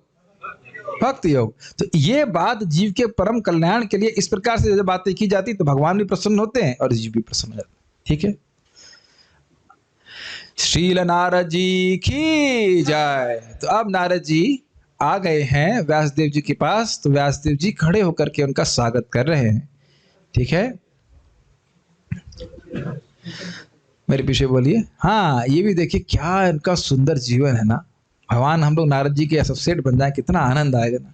जहाँ चाहो वहाँ घूमो, वीणा लेकर के, क्या है वो, नारद मुनि बजाए वीणा राधिका रमण नामे, नामा मनि उदित होय भकत गीत सामे, नारद मुनि बजाए वीणा राधिका रमण नामे। बहुत सुंदर भजन है, बहुत सुंदर भजन है। भक्ति में ठाकुर जी लिखे हैं, जहाँ तक मैं समझता हूँ, बहुत अच्छा भजन है। तो नारद जी इसी प्रकार से वीणा बजाते बजाते, क्या सुंदर जीवन है। कहाँ मर रहे हैं हम लोग, सॉफ्टवेयर इंजीनियरिंग कर रहे हैं, मतलब ये फोटो देख के लगता नहीं है आपको? आराम से टिंग टिंग टिंग टिंग टिंग टिंग टिंग करके कुछ भी बजाते हो। मैंने सुना है, ये जहाँ तक मुझे स्मरण आ रहा है, वीणा स्वयं भगवान कृष्ण ने नारद जी को दी है, और इसके जो ध्वनि निकलती है उससे भी हरे कृष्णा निकलता है। इसी को भक्ति ना रूप गोस्वामी पाद बोलते हैं, नारद वीणो जीवना सुधोर में निर्यासी माधुरी पूर, त्वं कृष्ण नाम कामम स्फुर में रसने रसे न सदा। तो नारद जी की वीणा के जीवन है ये हरे कृष्ण मंत्र। अद्भुत वीणा, खाली टिन टिन टिन टिन नहीं निकलता है, उसमें से हरे कृष्ण मंत्र निकलता है। कोई भक्त कहीं बता रहे थे कि दो प्रकार के कीर्तन, एक नारद जी का स्टाइल वाला वीणा वाला थोड़ा सॉफ्ट कीर्तन, और एक हनुमान जी वाला कीर्तन है धुम धुम धुम धुम वाला। और पता नहीं शायद सार्वभौम बता रहे थे, कहाँ बता रहे थे, लेकिन इस प्रकार से नारद जी घूमते हैं। ये तो चित्र ही देख के मन में कितनी प्रसन्नता हो रही है। व्यासदेव जी के पास नारद जी आ रहे हैं। एक भक्त बता रहे थे कि उनको नारद जी का दर्शन हुआ था, रामकृष्ण बता रहे हैं, मतलब नारद जी हैं, ऐसा नहीं कि नहीं है। तम अभिज्ञाय सहसा, माय डियर माइक वाला सो गया क्या? तम अभिज्ञाय सहसा तमभिज्ञाय सहसा प्रत्युत्थायागतं मुनिः प्रत्युत्थायागतं मुनिः पूजयामास विधिवन् पूजयामास विधिवन् नारदं सुरपूजितम्। नारदं सुरपूजितम्। ओके, तम का अर्थ क्या है? तम अभिज्ञाय यानी कि उनको अभिज्ञा मतलब जान करके कि नारद जी आए हैं, सहसा एकदम सहसा समझते हैं, अकस्मात अचानक देखा कि आ गए हैं। प्रत्युत्थाय गतम मुनि, आगतम मुनि मतलब मुनि को आया देख करके प्रत्युत्थाय खड़े हो गए, देख करके जैसे आप देखिए ना फोटो में खड़े हो गए हैं। फिर क्या किया? पूजया मास विधिवन। अब बड़ा सुंदर अर्थ लिया, विधि मतलब ब्रह्मा जी, तो विधि के समान मानो ब्रह्मा जी ही साक्षात आ गए हो, ब्रह्मा जी के पुत्र है नारद जी, तो कह रहे मानो ब्रह्मा जी ही सामने आ गए हो, उस प्रकार उनकी पूजा करी। और दूसरा अर्थ क्या है? विधिवत पूजा करी। विधिवत मतलब जैसी गुरु की पूजा की जानी चाहिए वैसे पूजा करी। देख रहे हैं भागवत में कितने अलग अलग अर्थ दिए गए हैं। पूजया मास विधिवन मतलब विधिवत पूजा करी, और दूसरा ऐसी पूजा करी जैसे मान लो ब्रह्मा जी आ गए, विधि ही सामने आ गए हो ब्रह्मा जी। नारदम सुरपूजितम, किसकी पूजा करी? नारद जी की, जो देवताओं के द्वारा भी पूजित है। ठीक है। श्री नारद के शुभागमन पर श्री व्यासदेव सम्मान पूर्वक उठकर खड़े हो गए। इसको चार्जिंग के लिए जरा इसको ऑन कर दीजिए। और उन्होंने सृष्टा ब्रह्मा जी के समान उनकी पूजा करी। विधिवत अर्थात ब्रह्मा जी के समान, स्पष्ट है। बाल प्रबोधनी, नारद जी को आया देखकर वे सहसा उठे और मुनि श्री व्यासदेव ने जिस प्रकार से गुरु के पूजन की विधि होती उस विधि से उनकी पूजा करी। तो दो अर्थ समझ में आ रहे हैं विधिवत के, तो स्पष्ट इजी होगा। विधिवत मतलब जैसे गुरु की पूजा की ही जानी चाहिए वैसे कही, या जैसे ब्रह्मा जी को कोई आपके पास ब्रह्मा जी आ जाए बोलने के लिए, बातचीत करने के लिए, तो उनकी जैसे पूजा होनी चाहिए उस विधि से पूजा करी। एक बात आप देख रहे हैं यहाँ पे, एक कल्चर है कि कोई श्रेष्ठ वैष्णव हमारे पास आते हैं तो हमें लेटा रहना चाहिए, बैठना चाहिए, खड़े होना चाहिए। और ये बोलते हैं खड़े होने का मतलब है कि अपने प्राण पकड़ने के लिए, नहीं तो व्यक्ति की आयु कम हो जाती है, इतना खतरनाक है। So we have to be careful. ये एटिकेट हम सीख रहे हैं, गुरु वैष्णव कोई आते हैं तो खड़े होना चाहिए। परंतु ये अलग बात है कि हो भले ही सम्मान की अपेक्षा ना करें, लेकिन भगवान देख रहे हैं कि हम सम्मान कर रहे हैं कि नहीं कर रहे। एक सिस्टम हमें देखना चाहिए। परंतु एक मिनट और भी कुछ कहना चाहता हूँ। आगे भागवत में आप देखेंगे कि एक बार वशिष्ठ जी आए और इंद्र बहुत सम्मान प्राप्त कर रहे थे, सोचे अरे गुरु जी तो आते ही रहते हैं, ध्यान नहीं दिए। तो वशिष्ठ जी समझ गए कि वो ये जो है वशिष्ठ तो, सॉरी क्या बोल रहा हूँ, वशिष्ठ नहीं, बृहस्पति, क्षमा कीजिए। देखिए यही होता है, गलती हो जाती है, मन में सोच रहा हूँ बृहस्पति, मुख से निकला वशिष्ठ, क्षमा कीजिएगा, बृहस्पति। तो बृहस्पति आए तो इंद्र ने ध्यान नहीं दिया, तो बृहस्पति समझ गए, वो इंद्र सोच रहे थे तो आते ही रहते हैं, कौन सी बड़ी बात है, क्या उनका सम्मान करना। तो बृहस्पति चुपचाप चले गए, लेकिन गुरु की अवज्ञा करने से उनका सारा धन वैभव धीरे धीरे करके चला गया। ये ध्यान देना चाहिए। तो किस प्रकार से गुरु की हमें सम्मान करना चाहिए, ये नारद जी से हमें देखना चाहिए। परंतु नारद और व्यासदेव तो स्वयं भगवान के अवतार हैं, तो किस प्रकार उनके द्वारा श्री नारद जी की गुरु के रूप में पूजा होना संभव है? यदि यह आशंका हो तो कह रहे हैं कि सूर्य पूजितम। कुछ समझ में आया? नारद जी भगवान के अवतार है, सुना कि नहीं सुना? कौन से अध्याय में? दूसरे अध्याय में कि पहले अध्याय में? जानबूझ के मैंने मल्टीपल चॉइस में गलत ऑप्शन दिया था, ना दूसरे में ना पहले में, तीसरे में। ठीक है, गुड बाय, एटलीस्ट याद रहा आपको। ठीक है।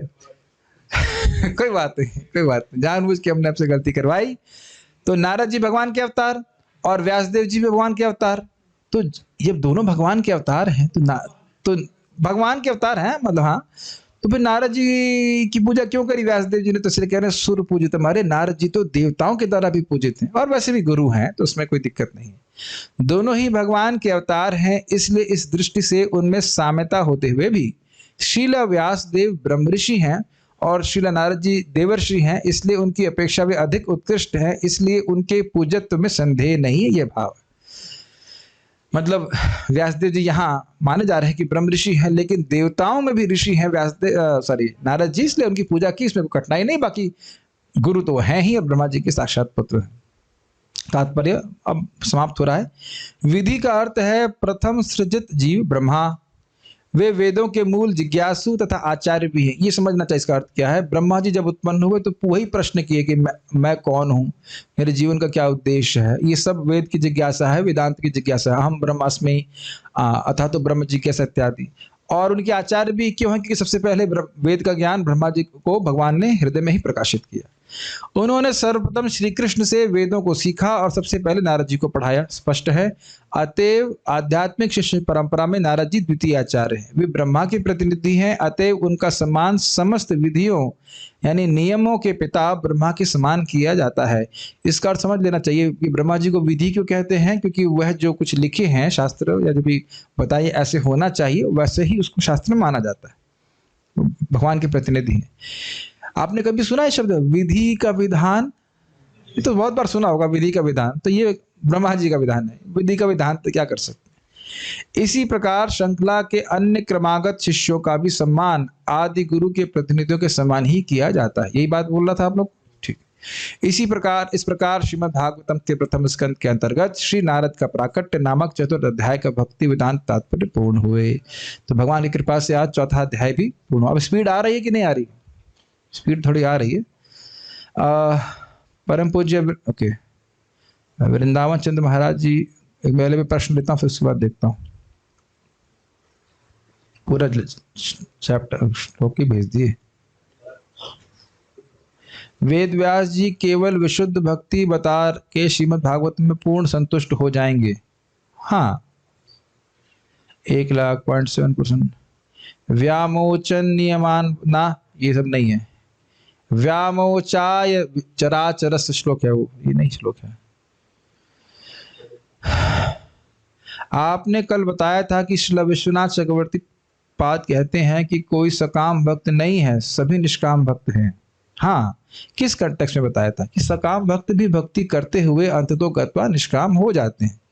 लेकिन जो व्यक्ति प्रारंभ से ही, प्रारंभ का मतलब साधना की अवस्था में समझ लिया शास्त्र श्रवण करके कि मुझे भक्ति के बदले में भौतिक नहीं मांगना चाहिए, इस विवेक से युक्त रहता है और ऐसे भक्ति करता है तो उसकी प्रगति जल्दी होती है। ये बात बोली गई थी। ओके, बलराम जी हमारे ताऊ जी भी हैं। ओके, कृष्ण पिताजी हैं इसलिए। पूर्व ब्रह्मा जी ने ही भगवान को समझ पाए तो हम क्या समझेंगे भगवान को? देखिए, आप ऐसा नहीं कह सकते हैं। दो बात समझना चाहिए कि ऐसा नहीं कि ब्रह्मा जी नहीं समझे हैं, लेकिन भगवान को पूर्णतः कोई नहीं समझ सकता क्योंकि भगवान अनंत है। तो उसमें उसको दोष नहीं माना जाएगा। जो वस्तु ही अनंत है उसको अगर आप पूर्ण रूप से ना समझ पाओ तो उसको तो कोई दोष नहीं माना जाएगा ना। लेकिन इसका अर्थ यह नहीं है कि आप कुछ भी नहीं समझ पाओगे। नहीं तो भगवान कहते ही क्योंकि भक्त्या तो एकया शक्या अहम एवं विदो जना, जैसा मैं हूं वह अनन्य भक्ति के द्वारा ही समझा जा सकता है, क्योंकि भगवान भक्ति के द्वारा प्रसन्न होकर के अपने ज्ञान को भक्त के हृदय में प्रकाशित करते हैं। तो जितना भगवान हमें समझाना चाहते हैं उतना भक्त समझ पाता है भगवान को भक्ति के द्वारा। ठीक है। मायावाद बहुत आकर्षक लगता है।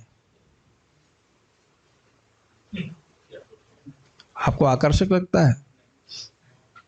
क्या आकर्षक लगता है उसमें? क्या आकर्षक वस्तु है? मुझे तो समझ में नहीं आ रहा।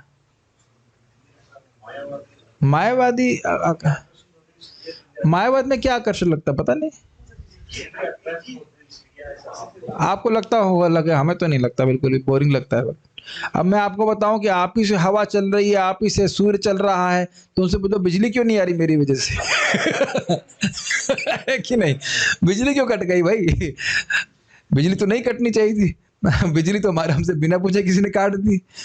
सूर्य तो चला दिया हमने, चंद्रमा चला दिया, लेकिन बिजली घर तो नहीं चला रहे हैं। तो ये कौन मानेगा इस बात को? पता नहीं, मैं तो अच्छा नहीं लगता। टाइम पीरियड के साथ प्लेजर कम होता जाता है। पता नहीं कौन सा टाइम पीरियड की बात कर रहे हैं। If you reach there there is no there there. अरे अंग्रेजी तो ठीक लिखिए। Krishna give veena to Narad ji. आपको दिक्कत है कुछ? उनको नहीं दिया। अरे आपको भी देंगे, घबराओ मत, भगवान के पास दूसरी वीणा भी आपको दे देंगे। माला करते समय मन बहुत इधर उधर भागता है, तो उसे कैसे कंट्रोल करें? थोड़ा आप अपने एक्सपीरियंस से थोड़ा गाइड कीजिए। माला करना बंद कीजिए।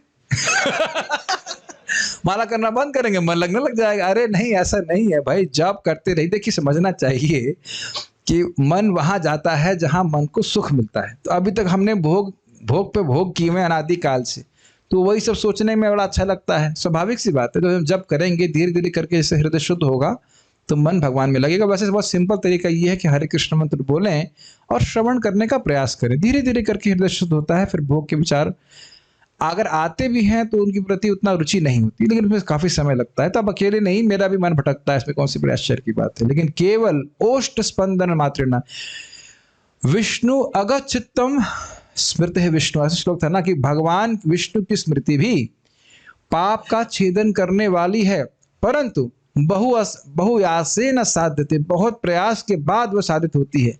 लेकिन ओष्ठ स्पंदन मात्रेण कीर्तनत्तु ततोवरम, लेकिन हरे कृष्णा कृष्णा कृष्णा हरे हरे, हरे राम राम राम हरे हरे, केवल होठों से बोलने मात्र से सारे पाप नष्ट होते हैं। इसलिए कीर्तन स्मरण से श्रेष्ठ है। हरि हरति पापानि दुष्ट चित्तर अपि स्मृतः, भगवान श्री हरि जिसका दुष्ट चित्त है, भोगों से भरा हुआ है, भोग की वासनाओं से, उसके पापों को भी नष्ट करते हैं अगर भगवान का नाम उच्चारण करता है। तो नाम उच्चारण करना चाहिए, फिर धीरे धीरे करके जैसे जैसे हमारी वासनाएं समाप्त होंगी भगवान में मन लगेगा। नारद का प्रकट और नारद जी लास्ट श्लोक में आए, इसको कैसे समझे? क्या समझना है? प्रकट हो गए ना, कोई दिक्कत है आपको? नारद जी का प्रकट हुआ इसमें। अब अगर अब जो अच्छा कह रहे हैं कि नारद जी का प्राकट्य आखिरी श्लोक में हुआ, तो अब ये क्यों बोल रहे हो कि नारद जी का प्राकट्य? अब अगर अगले श्लोक में आप बोल देते नारद जी का प्राकट्य, तो कहेंगे प्रकट तो पिछले अध्याय में हुए थे, अभी क्यों बोल रहे हो? कि नहीं? तो घुमा देते कि नहीं, यहाँ प्रकट हुए, कुछ बोले हैं अभी तक, तो प्रकट होना ही बोलेंगे ना उसको।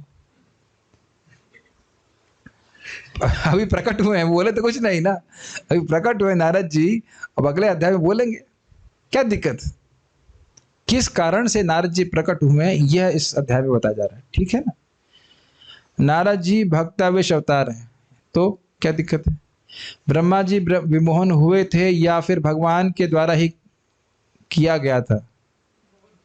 भगवान के द्वारा ही किया गया था, क्योंकि ब्रह्मा जी ने भगवान से वरदान मांगा था कि भगवान अब मैं दोबारा कभी आपकी माया के द्वारा मोहित नहीं हूं। तो भगवान के पास स्कोप था राइट, बेटा माया के द्वारा नहीं हो, क्योंकि मेरे द्वारा तो मोहित हो सकते हो। तो भगवान ने मोहित किया था अपनी लीला को बढ़ाने के लिए। How to keep check on progress of bhakti, इसका अर्थ है कि हम अपनी भक्ति की प्रगति को कैसे रोकें। इंग्लिश का जो आपने इंग्लिश लिखी, इसका अर्थ है ये how to keep check on progress of bhakti, बहुत भक्ति बढ़ रही है उसको रोकें, हाउ टू चेक, ये अर्थ है। वाह भाई वाह, ये तो पहली बार हम प्रश्न सुन रहे हैं कि बहुत भक्ति बढ़ रही है इसे कैसे रोके। ऐसे मुझे पता है इसका प्रश्न करने का अर्थ है कि कैसे मालूम चले कि भक्ति में प्रगति हो रही है। पदार्थ से विरक्ति और भगवत आसक्ति, सीधी अर्थ। Advancement in Krishna consciousness means attachment to Krishna and detachment to matter, ग्रहण कर रहे हैं, या deepening of our faith in Krishna, भगवान की प्रति श्रद्धा जो बढ़ती है वो भक्ति का बढ़ने का लक्षण है। कृष्ण कह रहे हैं कृष्ण वीणा देंगे तो मैं क्या दूंगा, मैं तो क्लास दूंगा, वीणा तो है नहीं मेरे पास। कैसे कैसे मजाक करते हैं भाई, अच्छे प्रश्न करो। One and Narad ji did उद्धार of Nal Kuber and here on another Narad ji is guiding Vyas Muni ji to, this gives us learning that true devotee of Lord always do the उद्धार ऑफ अदर्स। एक बात ध्यान देना होगा कि वो व्यासदेव जी का उद्धार नहीं कर रहे हैं, केवल गाइडेंस दे रहे हैं। अब आगे जाकर के भी सुनेंगे कि शब्द से कि मैं, नारद जी कहते हैं मैं तो केवल दिशा निर्देश कर रहा हूं, आप जानते हो इस बात को। ध्यान देना होगा कि शब्दों को आप ठीक से इस्तेमाल करें। व्यासदेव जी का उद्धार नहीं कर रहे हैं, व्यासदेव जी स्वयं भगवान के अवतार, ठीक है। जैसे भक्ति करते हैं तो कोई बहुत बड़ा कष्ट आ जाता है जीवन में, जैसे किसी बच्चे की डेथ हो गई, तो हम कैसे समझें कि भक्त करने से भगवान पर उस पर विशेष कृपा करते? बहुत अच्छा प्रश्न किया।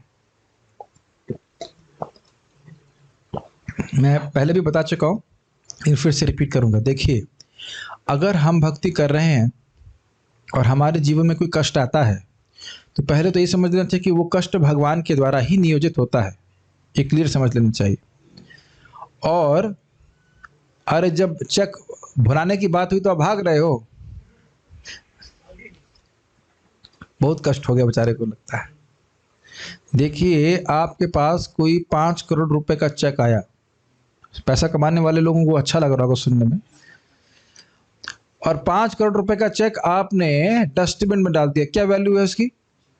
कुछ नहीं ना, जीरो।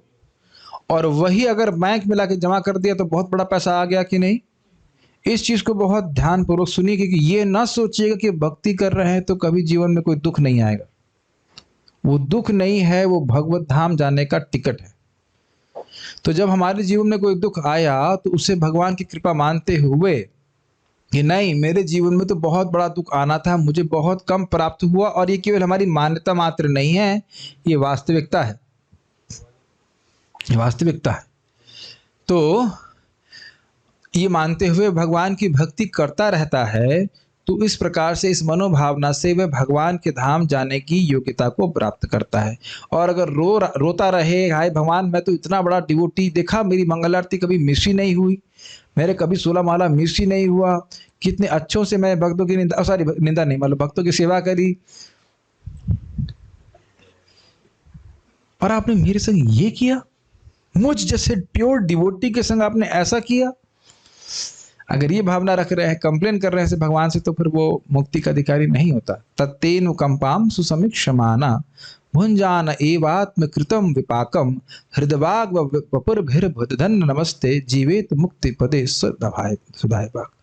जो व्यक्ति दुख प्राप्त हो रहा है जगत में, लेकिन वो मान रहे हैं ना, ये तो मेरे ही विपाक हैं, इनका आस्वादन मैं इसलिए कर रहा, आस्वादन नहीं मतलब इसका भोग मैं इसलिए रहा हूं, ये मेरे ही कर्म है, भगवान को दोषी नहीं दिखाता, और हृदय से, मन से, वाणी से भगवान की सेवा करता रहता है, तो वही व्यक्ति भगवान के धाम की प्राप्ति का अधिकारी बन जाता है। तो ये मत सोचिएगा कि भक्ति कर रहे हैं तो जीवन में कोई कष्ट नहीं आएगा, लेकिन हमारी मनोवृत्ति क्या होगी उसके आधार पर हम उसका लाभ उठा सकते हैं। वही चेक वाली बात, चेक को डस्टबिन में भी डाल सकते हैं और चेक को हम भुना करके लाभ उठा सकते हैं।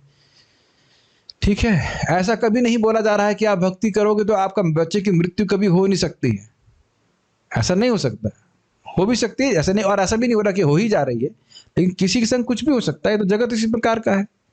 तो ये बहुत इंपॉर्टेंट बात है। ठीक है, ये बहुत अच्छा प्रश्न था, ये अच्छा प्रश्न किया गया है।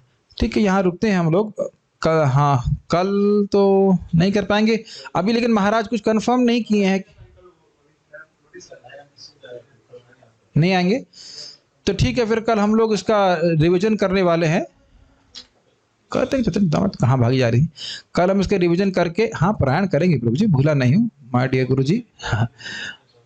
हाँ हाँ, तो सुबह चैतन्य चरितामृत हिंदी में करेंगे और शाम को रिवीजन कर देते हैं इसका। 4 से 6, हाँ 4 से 6 भक्ति वृक्ष क्लास है, तो उसके फल खाने के लिए आप आइए, सभी लोग आइएगा उसमें। जो पुरुषों के लोग हैं, पुरुष लोग हैं, उनके लिए यही लिंक है, इसमें आप आइएगा।